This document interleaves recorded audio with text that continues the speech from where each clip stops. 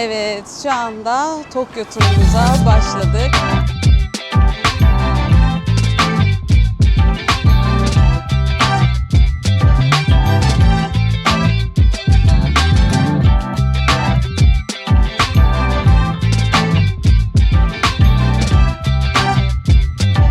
Şimdi dediğim gibi 100 yen atıyorum bakın.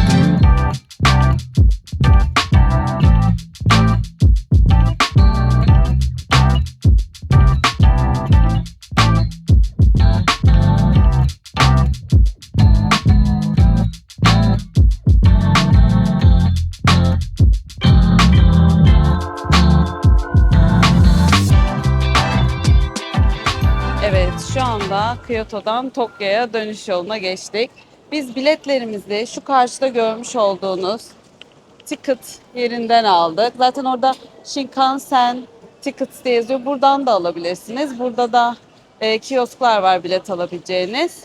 Ama biz şurada içeriye girdik. İşte biraz sıra bekledikten sonra orada Shinkansen and GR Line Tickets yazan yerden aldık. Şimdi de Shinkansen hattını takip ederek gideceğimiz yere doğru gidiyoruz. Zaten bu Shinkansen trenleri belki duymuşsunuzdur. Bunlar şehirler arası değiştirmek için aslında, yani mesela Osaka'da işte Kyoto'ya, Kyoto'dan Tokyo'ya gidebilmek için olan trenler. Şimdi biz de onlarla birlikte Tokyo'ya geçeceğiz. Mesela burada gideceğiniz rotaya göre burada olan trenler İşte zamanı, destinasyonu, hangi platformda olduğu hepsi yazılı.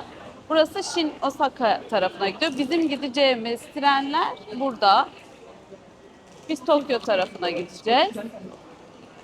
Bizim trenimiz biraz daha var. Şu 8.21'den bir 3 dakika sonra sanıyorum 8.24'teydi. Buradan da takip edebilirsiniz trenleri. Her şey yazıyor zaten. İşte en sonunda nereye gideceğiniz, Tokyo'ya gideceğiniz, yani rota olarak da gösteriyor.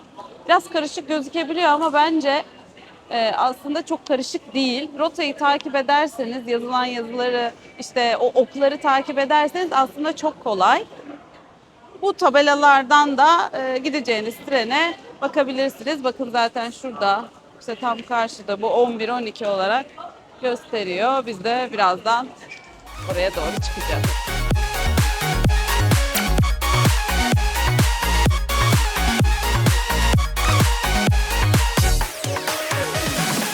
Yanlış hatırlamıyorsam her 6 dakikada mı, her 3 dakikada bir mi?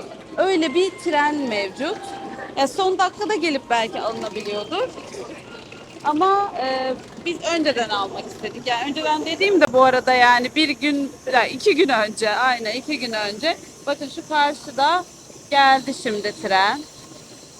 Bak bizimki de, yani buraya gelecek olan tren de gidiyor. Şöyle bir tren. Şimdi biz de bunlardan birine bineceğiz. Ya çok sık geçiyor gerçekten. Sürekli gelen bir tren bu. O yüzden önden de alabilirsiniz ama mesela başka bir şehire gelmişseniz, biz işte Kyoto'ya gelmiştik. Kyoto'dan alalım dedik. Yani önden almadık. Siz de öyle yapabilirsiniz. Yani internetten de alabilirsiniz tabii ki ama bir de sanıyorum böyle 7 günlük, 10 günlük GR Pass'ler var. Onlardan da alabilirsiniz ama bazı yerler onları pek önermiyor. Yani çünkü çok yüksek bir fiyatı var gerçekten. O yüzden bence bizim yaptığımız gibi almak daha mantıklı ama tabii ki tercih sizin. Ben fiyatını da zaten aşağıya yazarım. Siz de ona göre bir değerlendirirsiniz.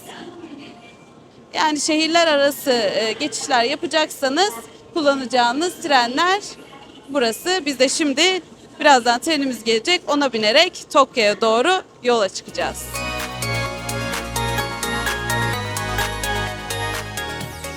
Evet, şimdi trenimize bindik ve Tokyo'ya doğru yolculuğumuza başladık. Bizim yolculuğumuz 2 saat 15 dakika sürecek. Ben de birazcık size treni göstermek istiyorum. Biz koltuk numaralı rezervasyonu aldık. Koltuk numarası da seçim yapabiliyorsunuz. O zaman da boş bulduğunuz koltuklara oturabiliyorsunuz. Ama biz koltuklarımız belli olsun diye koltuk numaralarımızı seçmek istedik. Bu yüzden de böyle bir satın alım yaptık. Şimdi birazcık da size koltuklarımızın alanını göstereyim. Bunlar yani gerçekten çok rahat trenler. Alanları çok geniş, ayak koyma yerleri bayağı geniş. Bakın göreceksiniz şimdi. Gösteriyorum. Bakın işte böyle yani dilediğiniz gibi uzatabilirsiniz ayağınızı. Zaten şuradan da arkaya doğru gidiyorsunuz. Biz tabii bir şeyler aldık. Çünkü yolumuz uzun ve hiç kahvaltı yapmadık. O yüzden bir şeyler aldık. İşte şu anda yiyeceğiz. Biraz da şurada etrafı göstereyim size. İnsanları çok fazla rahatsız etmeden bakın böyle bir tren. İşte yukarıya valizleri koyabiliyorsunuz. Ama çok büyük valizler tabii sığmayabilir. Ama yine de güzel bir alan. Biz mesela orta boy valizlerimizi sığdırdık. Onlar sığabiliyor. Kendime döndüreyim yine. Şöyle güzel bir manzaradan gidiyoruz şimdi Tokyo'ya doğru. Ve artık Tokyo vlogumuz başlıyor.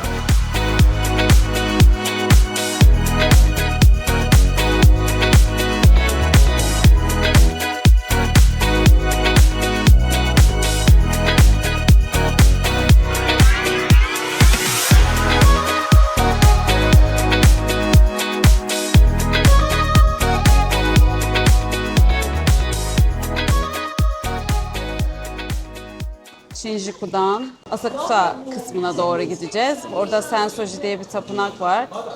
Oraya doğru ilerliyoruz. Bakın yani karışık gibi gözükse de aslında çok kolay. Çünkü bütün yönergeler Google Maps'te gözüküyor. Şöyle bir de göstereyim. Yani çok karışık gözüküyor tabii. Herkesin gözü korkuyor ama bence Google Maps burada inanılmaz çalışıyor. Tokyo'da ben daha önce geldiğimde Google Maps'le yani çıkacağınız vagon, ineceğiniz vagon, hangi vagondan çıkarsanız çıkışa daha yakın olursunuz. Yani hepsi yazıyor ve hepsi de gerçekten doğru. O yüzden mutlaka o yönergeleri izlemenizi tavsiye ederim.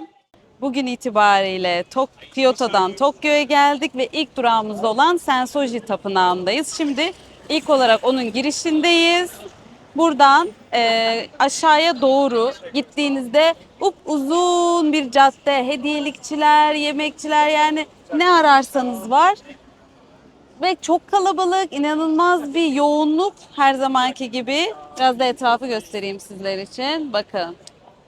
Burası ilk fotoğraf noktası. Genelde insanlar ilk fotoğraflarını burada çektiriyorlar ama arkayı boş bulmak imkansız. Zaten artık herkes arkada insan onda olsa fotoğrafını çektiriyor. Şimdi buradan şöyle yürüdüğünüz zaman bir caddeye doğru iniyorsunuz.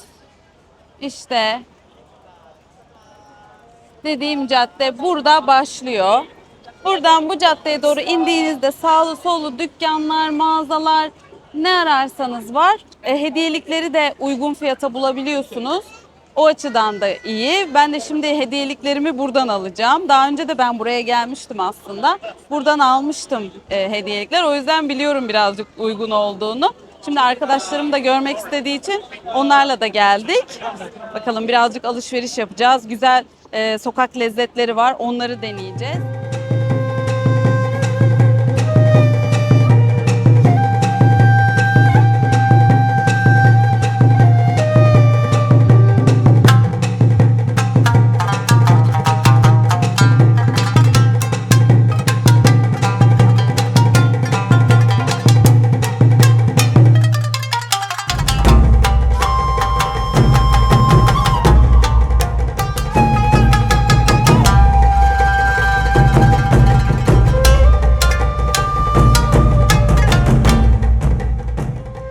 Girişten giriyoruz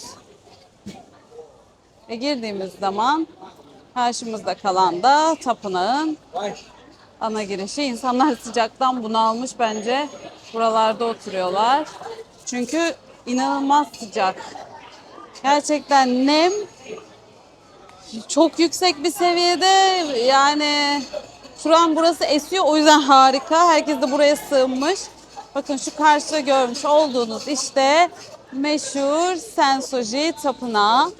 De eğer Instagram'ımı da takip ediyorsanız belki görmüşsünüzdür. Şu Sensoji'nin yanında yer alan bir dilek çekme kutusu var. İşte bu kutuda 100 yen kadar bir para atıyorsunuz ve o parayı attığınızda bir kutu çıkıyor. O kutuda da bir numara çıkıyor. O numarayı da şuradaki kutuların üzerinde buluyorsunuz. Kutuları da göstereyim bakın. Şu kutuların üzerinde o çıkan dilek numarasını buluyorsunuz. O kağıdı gidip alıyorsunuz. O kağıdı aldıktan sonra eğer o kağıtta kötü şans çıktıysa onu bağlamanız gereken yerler var. Bakın onu da gösteriyorum. Ya bunun inanışı şöyle, işte buraya bağladığınızda kötü şansın artık sizinle gelmeyeceği, burada bırakmışsınız, arkanızda bırakmışsınız gibi bir inanış var. Ama eğer iyi şans çıktıysa da onu saklayabiliyorsunuz. Çünkü saklayınca da uğur getireceğine inanılıyor. Böyle bir alan yapmışlar burada. Bu zaten çok güzel, turistik de bir şey. Bütün turistler bunu yapıyor, biz de yapmıştık. O yüzden bence buraya gelince bunu da mutlaka deneyin. Şimdi dediğim gibi 100 yen atıyorum bakın. Zaten çok düşük yani 100 yen. Sallıyoruz. Biraz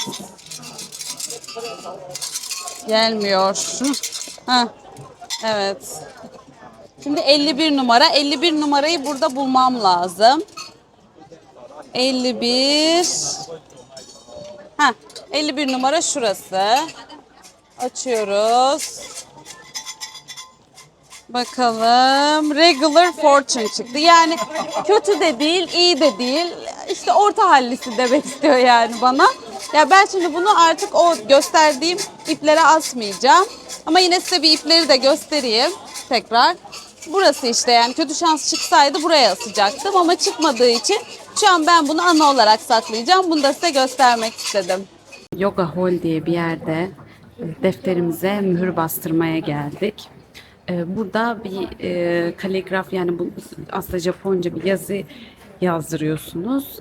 Onu da üstüne mühür bastırabiliyorsunuz. Hani eğer böyle tapınaklara geliyorsanız ve bir mühür bastırmak istiyorsanız bakın defterinizde böyle bir yazı oluyor ve bunun üstüne mühür basıyorlar. Bundan bir tane daha var. Şimdi orada sıra olduğu için çekemiyorum maalesef ama şöyle bakın, görünen küçük bir yerde bu mühürü bastırabilirsiniz. Bence eğer bu tarz şeylere ilginiz varsa buraya gelip deneyebilirsiniz ve bunu alabilirsiniz.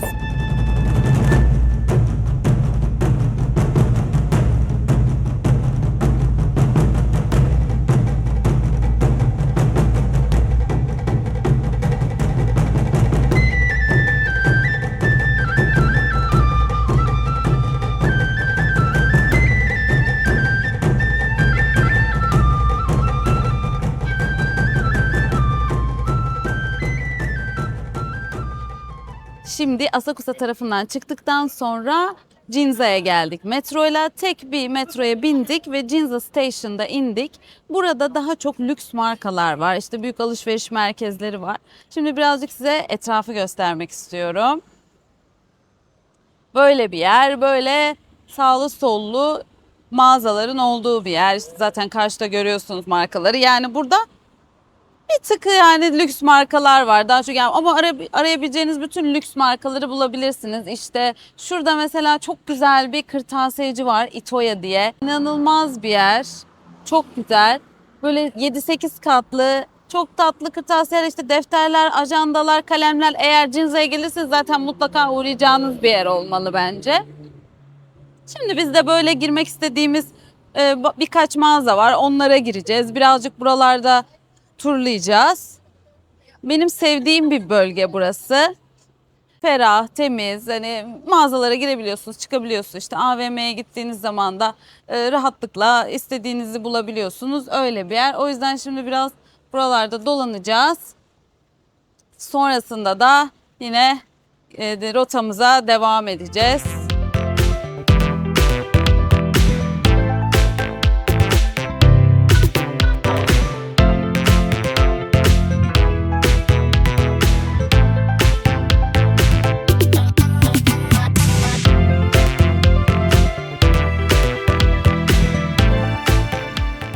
Evet, Ginza'da yürümeye devam ediyoruz. Şimdi bakın, çok meşhur bir mağazayı sizlere göstereceğim.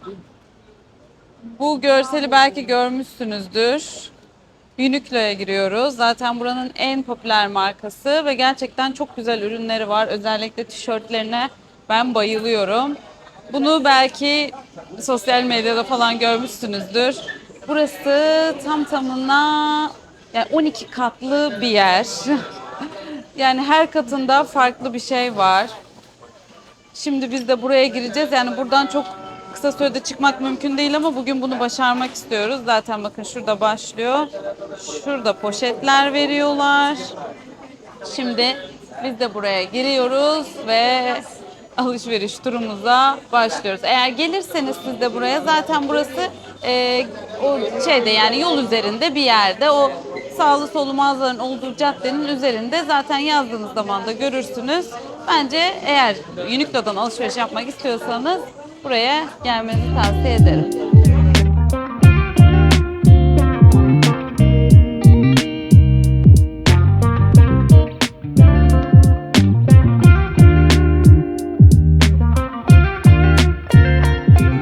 Şimdi çok güzel bir yere geldik.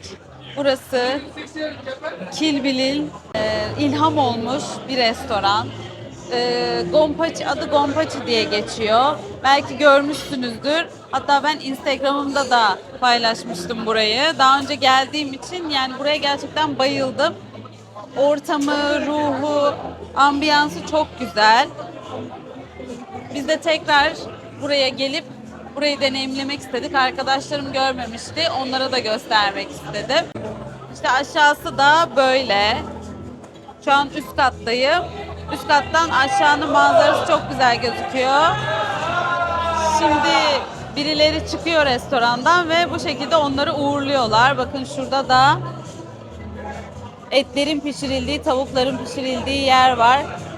Buraya bir ay öncesinden rezervasyon yaptırabiliyorsunuz en fazla. Yani öyle 2 ay, 3 ay öncesinden yaptıramıyorsunuz. Bir ay öncesi açılıyor sadece. Eğer gelecekseniz bence mutlaka bir an önce yaptırın. Çünkü çok farklı ve güzel bir ambiyansı var. Zaten çok da popüler oldu. Sosyal medyada da bayağı gördüm ben bu sıralar. Yani gelecekseniz rezervasyon yaptırmanız şart. Bir oturma sınırı var. Sanıyorum yaklaşık 1,5 saat oturup kalkabiliyorsunuz. Yani istediğiniz kadar oturamıyorsunuz. Çünkü çok turistik bir yer. Sirkülasyon çok fazla.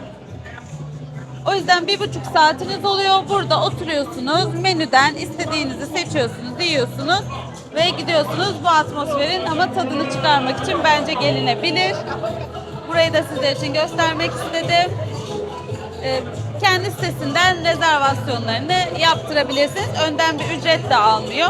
Ne yerseniz onu ödüyorsunuz. En önemli şeyi söyleyeyim. Nakit geçmiyor.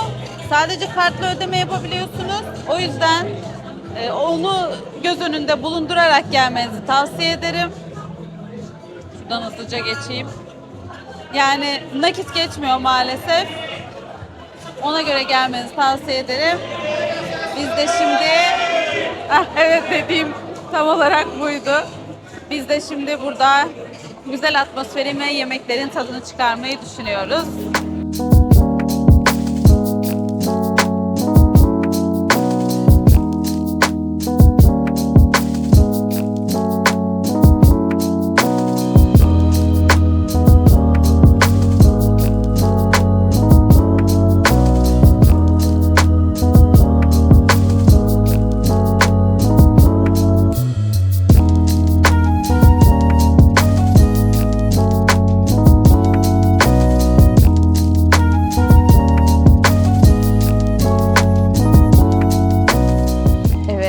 Herkese Tokyo'daki ikinci günümüzden merhabalar. Şu anda otelimizden çıktık. Shinjuku'da kalıyoruz biz. O bölgeden çıktık ve buradan Shibuya bölgesine doğru gideceğiz. Ben de yürürken gördüğüm güzel yerleri size göstermek istiyorum. Mesela şöyle bir sokak var. Burada çok güzel, yani meşhur bir sokak. Hemen göstereyim, bakın. Adı şöyle bir yer. Yani böyle dar sokaklarıyla zaten Japonya çok ünlü. Burası da, biri arkada gerçekten tüm varlığını bıraktı. Muhtemelen duymuşsunuzdur o sesi. Ya burada rahatlar o konuda yani. Bizdeki gibi böyle işte burnumu silerken ses çıkarmayayım, ağzımı yemek yerken şaplatmayayım aman diye bir şey yok zaten. Şimdi dediğim gibi Shibuya tarafına geçiyoruz. Önce Harajuku'ya gideceğiz. Orada daha çok böyle vintage dükkanlar var. Farklı konsept mağazalar var. O kısma gideceğiz. Sonra oradan da böyle Shibuya tarafına doğru inerek yürümeyi düşünüyoruz. Bugünkü rotamız bu şekilde.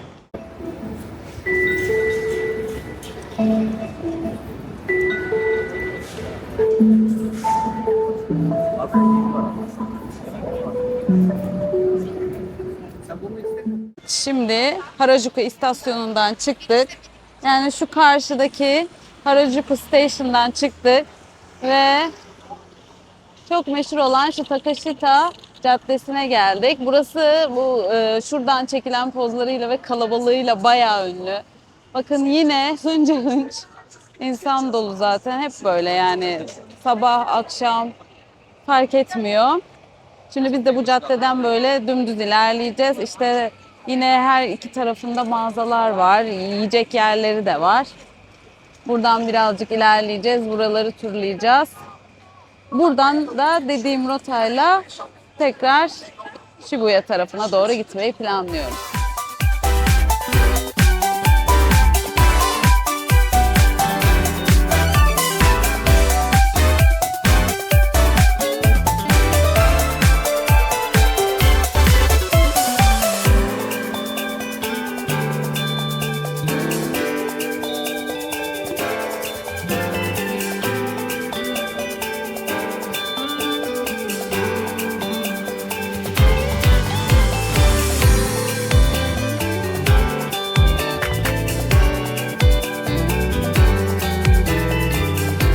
Şimdi böyle bir krepçiye geldik. Bakın yine içeride olan bütün kreplerin görsellerini buraya koymuşlar. Çok detaylı bir şekilde. İşte fiyatlarını yazmışlar, açıklamalarını yazmışlar İngilizce olarak. Buradan numaranızı söylüyorsunuz, içeride hazırlamaya başlıyorlar. Ben daha önce burada yemiştim, tatları çok güzel. Eğer siz de mesela bu Takashita Street tarafına gelecekseniz bence mutlaka buraya gelin. Bu kreplerin bir tadına bakın. Çünkü ben çok beğenmiştim. Hepsi farklı, bakın mesela bazılarının içerisinde cheesecake var, dondurma var, sade olanlar da var. Yani istediğinize göre seçimlerinizi yapabilirsiniz. Ama şu içindeki mesela cheesecake'leri de merak ediyorum, onu denemedim.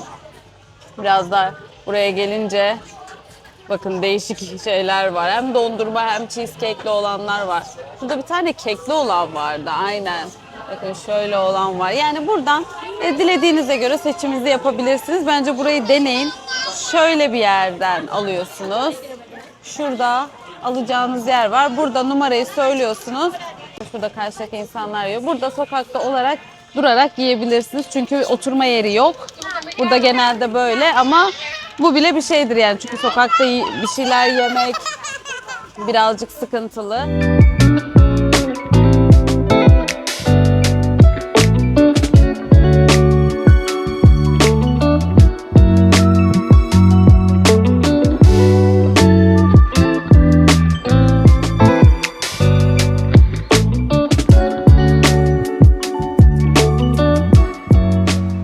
Aldığımız krep bu şekilde geliyor. Böyle bir kağıda sarılı. Bir de kaşığı var. İsterseniz önce içinden yemeye başlıyorsunuz. Sonra tüm krebi yiyebilirsiniz.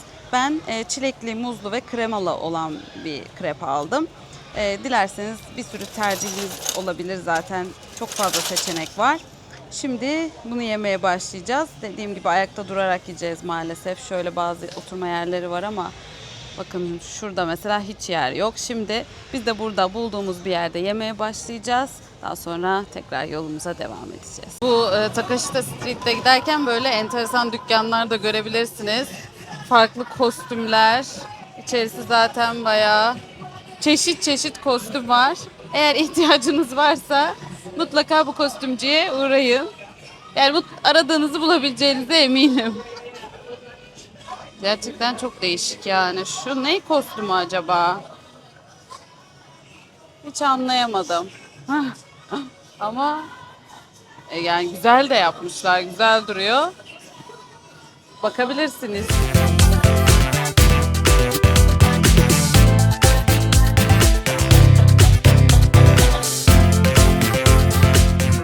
Yolda yürürken göstermek istediğim bir yer var sizlere. Burası Domuz Kafe olarak geçiyor. Adı şu şekilde. Bakın içerisinde küçük domuzlarla oturabiliyorsunuz. Böyle gözüküyor mu çok net bilmiyorum. Biraz camdan çektiğim için yansıma yapıyor ama burası büyük ihtimal önden rezervasyon istiyor. Rezervasyonlarınızı yaptırın eğer böyle bir yere gelmek istiyorsanız. Gelebilirsiniz. Ben de geçerken size göstermek istedim. Şimdi ilerleyince aslında yine burada onun aynısı var. Bakın burası da şöyle. Böyle göstermiş. İçeride de biraz sıra var. Ama rezervasyonludur çoğu kişi diye düşünüyorum. Çünkü rezervasyonsuz buraları almıyor. Bunun içi çok gözükmüyor. Ama hemen yanında bir de böyle bir yer var. Şimdi bir diğer yere götürüyorum sizi, yanında olan. Bu caddede böyle kafeler çok meşhur. Hepsi de bu ikisi falan yan yana dizilmiş. Bakın burada da köpeklerle oturabileceğiniz bir kafe var. Ay, şu an bayağı bağırdıkları için sesim çok kötü geliyordur eminim de.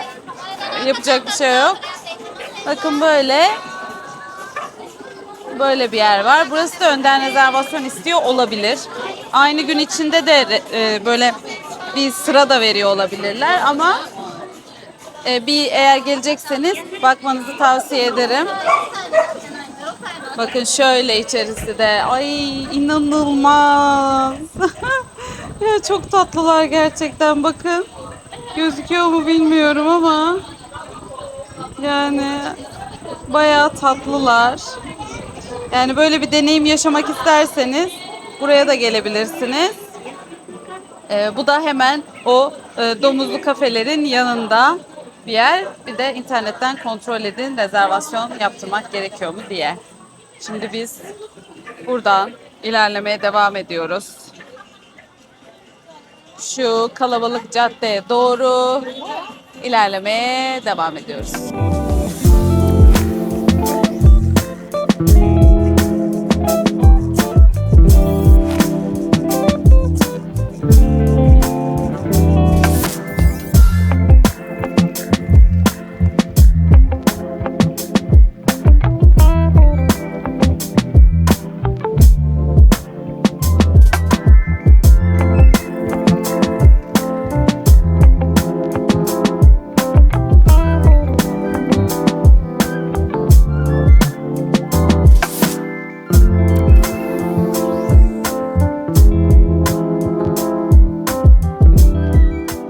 Şimdi Harajuku'nun sokaklarında yürüyoruz.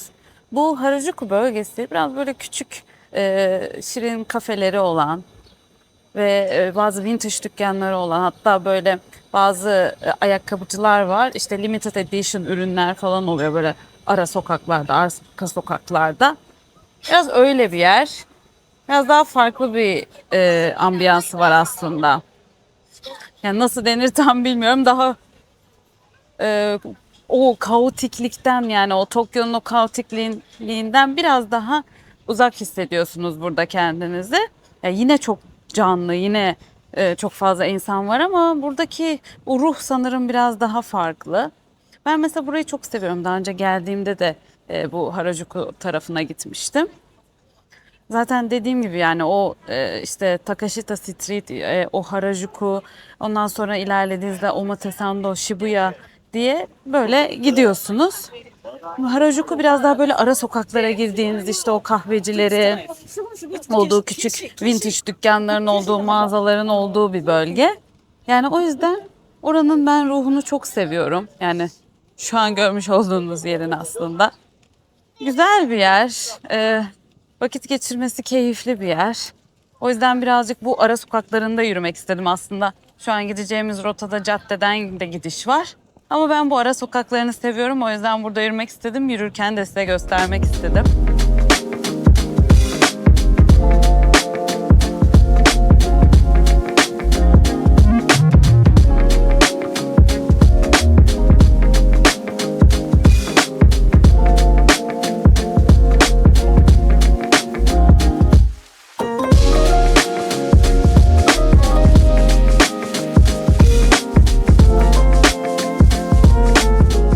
Şimdi istasyonunun orada çok meşhur bir heykelin oraya geldik. Hachiko'nun heykeli. Filmi de olduğu için belki biliyorsunuzdur. Hachiko işte sahibinin ölümü sonrasında onun trenle işe gidip gelmesini beklediği Shibuya istasyonunda yıllarca sahibini beklemeye devam etmiştir. O yüzden de buraya heykeli dikildi. Burası da tabii ki yani onun fotoğrafını çekmek isteyenler için turistik bir nokta şu anda ve bayağı bir kalabalık var. Ya sadakatiyle ya zaten Japonya'da ve dünya çapında bilinir bir halde şu an Hachiko.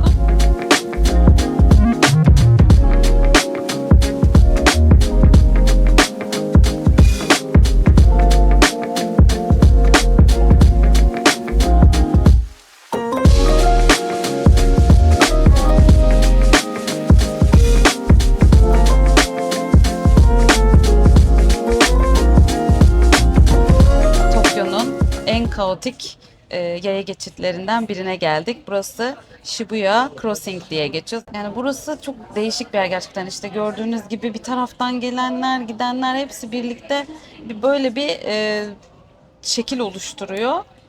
O yüzden bayağı meşhur. Biz de şimdi Starbucks'a çıktık. Bunu hani zaten belki biliyorsunuzdur. Hemen karşısında bir Starbucks var. O Starbucks'ta genelde çekiyorlar. Daha iyi bir nokta olduğu için, bir de ücretsiz olduğu için. Ama bir kısmını kapamışlar. Şimdi biz bir arka taraftan bir böyle çöplerin olduğu bir yerden bir yer bulduk. Orada çekiyoruz. Çünkü buranın üst katları ücretli. Ben de size göstermek istedim. Böyle tepeden bir görüntüsünü göstermek istedim. Ya şimdi böyle bir AVM, yani AVM değil aslında da ay, çekemiyorum, insanlar bir anda önüme geldi. Yani AVM gibi bir yer. Öyle gözüken bir yerin alt katındayız. Yani burada bu tarz yerler çok fazla var. Yani böyle işte metro altından yürüyorsunuz, bir yere çıkıyorsunuz, bir anda böyle bir sürü yiyecek satılan yerler. Ama hepsi de birbirinden tatlı yani. Bakar mısınız, şu tatlıları bir göstereyim size. Ay, hepsi çok güzel. Evet. Böyle yerler çok fazla var. Yani bence tatlı hediyelik alacaksanız buralardan kesinlikle bakmalısınız. Ya bir metro altından mesela biz bir kere çıkmıştık. Bir anda kendimizi böyle bir yerde bulduk. Olabiliyor yani böyle yerler. İşte biz de şimdi Shibuya Crossing Square onu olması lazım. Onun yani ben alta yine yazarım buranın neresi olduğunu. Oranın altındayız. Böyle 13 katlı falan bir yer. Zaten burada yapılanma işte hep yukarıya doğru. Ve yani AVM'lerin içi o kadar geniş ki gerçekten kayboluyorsunuz ve zamanın nasıl geçtiğini anlamıyorsunuz. Bakın mesela ben bunlardan galiba hediyelik almıştım birilerine ilk geldiğim zaman. Çünkü çok kutuları da paketlemeleri de çok tatlı, hediyelik olarak da çok tatlı. Bakın mesela şunlardan da almıştım. Bunlar da çok tatlı. Aa, evet, şunlardan almıştım. Bunların tadı çok güzel bu arada. Yani ben bayağı beğenmiştim. Belki tekrar alırım, bilmiyorum, çok güzeldi. Yani gelirseniz böyle bir AVM'ye bence buradan hediyelikler alabilirsiniz. Şimdi böyle bir ramenciye geldik. Buranın Google Maps'te yorumları iyiydi. Puanı da yüksek. Ben buraya daha önce de gelmiştim. Şimdi tekrar gelelim dedik. Canımız çünkü ramen istedi. Bir daha yiyemedik burada bir ramen. O yüzden şimdi buraya gelelim istedik. Sıra maalesef var. Ya zaten Japonya'da çoğu yerde sıra var da yani burada da işte nispeten yani kötünün iyisi bir sıra var. Burada üst katta da kuaför varmış bakın. Yani burada her katta değişik bir şey çıkabilir. Ama işte buradan yiyelim dedik. Biraz sıra yaklaştı zaten. Şimdi deneyeceğiz. Ben güzel olduğunu biliyorum. Daha önce yemiştim. Zaten adını da yazarım. Siz de denemek isterseniz adını yazarak gelebilirsiniz.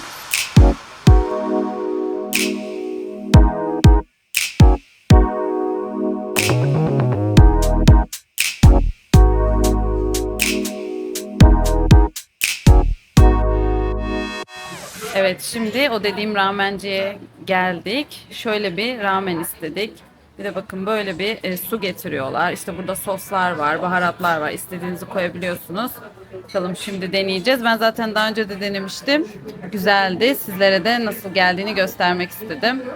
O zaman bize afiyet olsun. Evet, şimdi Japonya'ya gelme sebebi neredeyse bir yeri sizlere göstermek istiyorum. Burası Don Quixote ama burası Mega Donki. Yani Shibuya'da burası Mega Donki olarak geçiyor. Yani diğer mağazalardan çok daha büyük bir mağazası var Shibuya'da. Şimdi size biraz buranın içini de göstermek istiyorum. Yani ne ararsanız olan bir mağaza. Gerçekten ne ararsanız var. Şimdi içeri geçiyoruz. Biraz da size katları göstereceğim. Evet, işte içine şu anda girdik. Şu merdivenlerin orada bir kat planı olması lazım. Bakın böyle 7 katlı bir yer. İşte nerede ne olduğu gözüküyor. Buradan gitmek istediğiniz tarafa gidebilirsiniz. Şimdi ben birazcık size turlayayım. Şöyle biraz ilerliyorum. İlerlemek de o kadar zor ki. Yani nereden geçebileceğimi şaşırdım çünkü yani insanlar hınca hınç dolduruyor. Yani burası şu an erken bir saatte zaten. Yani buraya gelmenin saati genelde böyle gece 2, 3. Öyle işte artık işiniz gücünüz bitmiş. Canınız sıkılıyor. Burada böyle vakit geçireceksiniz. Öyle bir yer.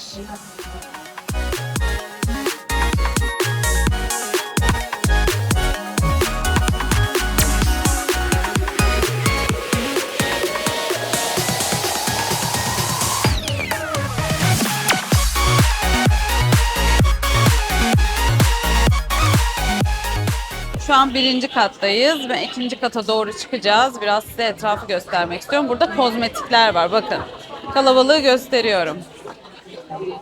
Yani herkes bu saatten gelmeye başlamış. Normalde böyle gece 2'de 3'te de çok kalabalık oluyor. Ama bu Megadonki ekstra kalabalık. Çünkü çok büyük. Ay gerçekten geçemiyorum. Çok büyük. Ve Shibuya'ya gelen herkes de buraya uğramak istiyor. Mesela bakın. Burada bazı kozmetikler var. Bu arada şu güneş kremi çok güzel. Onu da belirtmeden geçmeyeyim. Ben kullanıyorum. Bayağı güzel. Şimdi yukarı çıkıyoruz.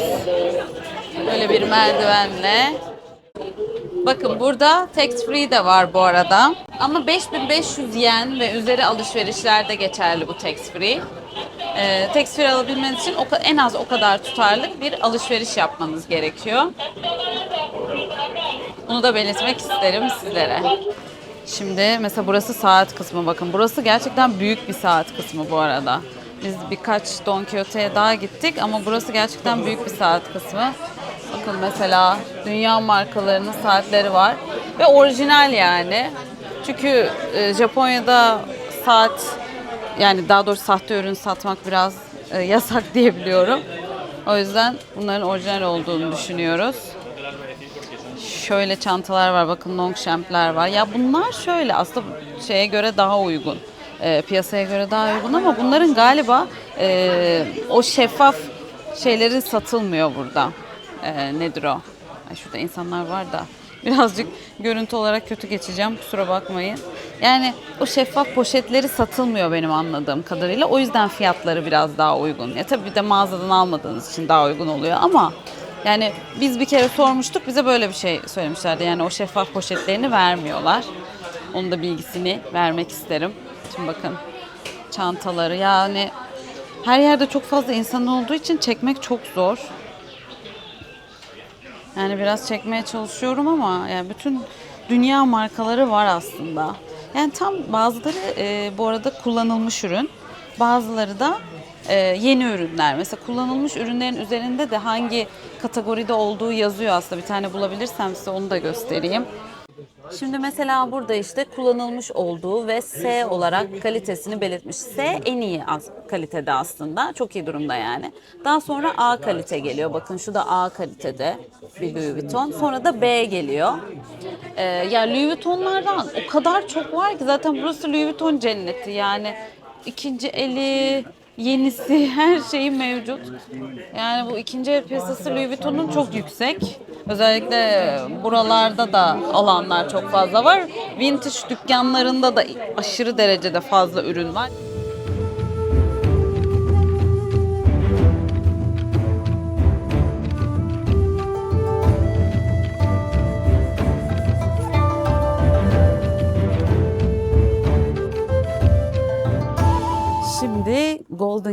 Tokyodaki diye bir bölgedeyiz. Burası aslında akşam saatlerinde çok canlı oluyor. Böyle bu sokakta bu kadar rahat yürümeniz mümkün olmuyor. Ama şu anda gündüz olduğu için bomboş, zaten görüyorsunuz dükkanlar da kapalı.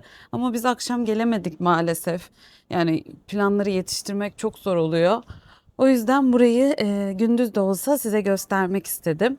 Çok tatlı böyle küçük küçük barlar var, publar var ama içerisinde yani bazen 3 kişi anca oturabiliyor. İşte 4 kişi, 3 kişi. Yani böyle kalabalık bir grubun oturabileceği yerler değil buralar. Ama yine de gelip hani buralarda dolaşabilirsiniz. İşte belki girmek istediğiniz yere bakıp oturabilirsiniz. Sizin tercihinize kalmış ama çok güzel akşamı buranın. Ben daha önce gelmiştim akşamına. Ama dediğim gibi oturma yerleri birazcık küçük. Yine de ben size göstermek için birazcık ilerleyeyim şöyle devamını. Bakın buradan da mesela bir sokağa çıkıyorsunuz. Böyle.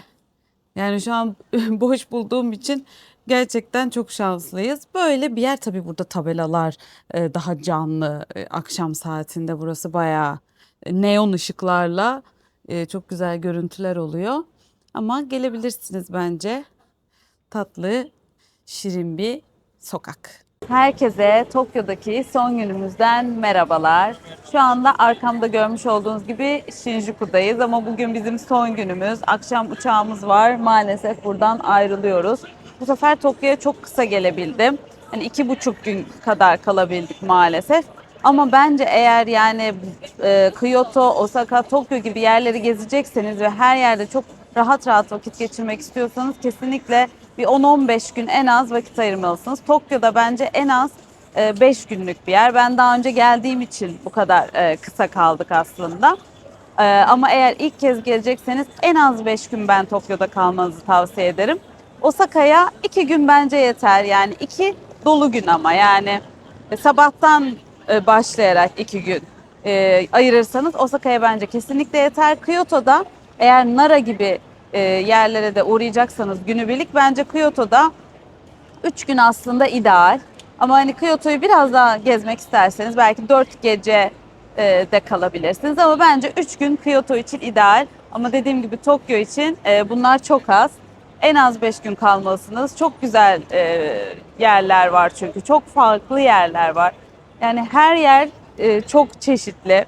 Şu anda bulunduğumuz bölgede bakın şurada bir Godzilla Head var. Buranın en önemli simgelerinden bir tanesi. Yani Shinjuku'nun en ünlü sokaklarından birinin başındayım şu anda. Ve artık dönüş yoluna geçeceğiz buradan sonra.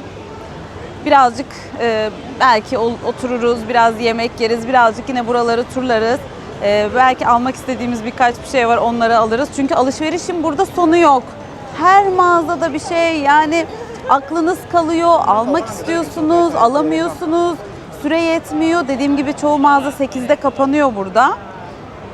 AVM'lerdeki mağazalar, bir de sokaktaki mağazalar da 8'de kapanıyor. Birkaç mağaza var mesela, demiştim daha önce de, Don Quijote diye 7/24 açık olan. O var yani bir tek, ama işte dediğim gibi alışverişin sonu yok burada. İşte maalesef biz de ayrılıyoruz. Umarım tekrar gelirim, yani yakın bir zamanda gelmem ama yine gelmek isterim. Çünkü Tokyo benim için çok özel bir yer, çok sevdiğim bir yer. Tekrar gelmek isterim açıkçası. O zaman eğer daha uzun gelirsem onu da sizler için çekerim. Umarım buraya kadar izlemişsinizdir ve beğenmişsinizdir. Bir sonraki videoda görüşmek dileğiyle. Lütfen beğendiyseniz beğenmeyi ve kanalıma abone olmayı unutmayın. İzlediğiniz için çok teşekkür ederim ve bir sonraki videoda görüşmek dileğiyle hepinize hoşça kalın.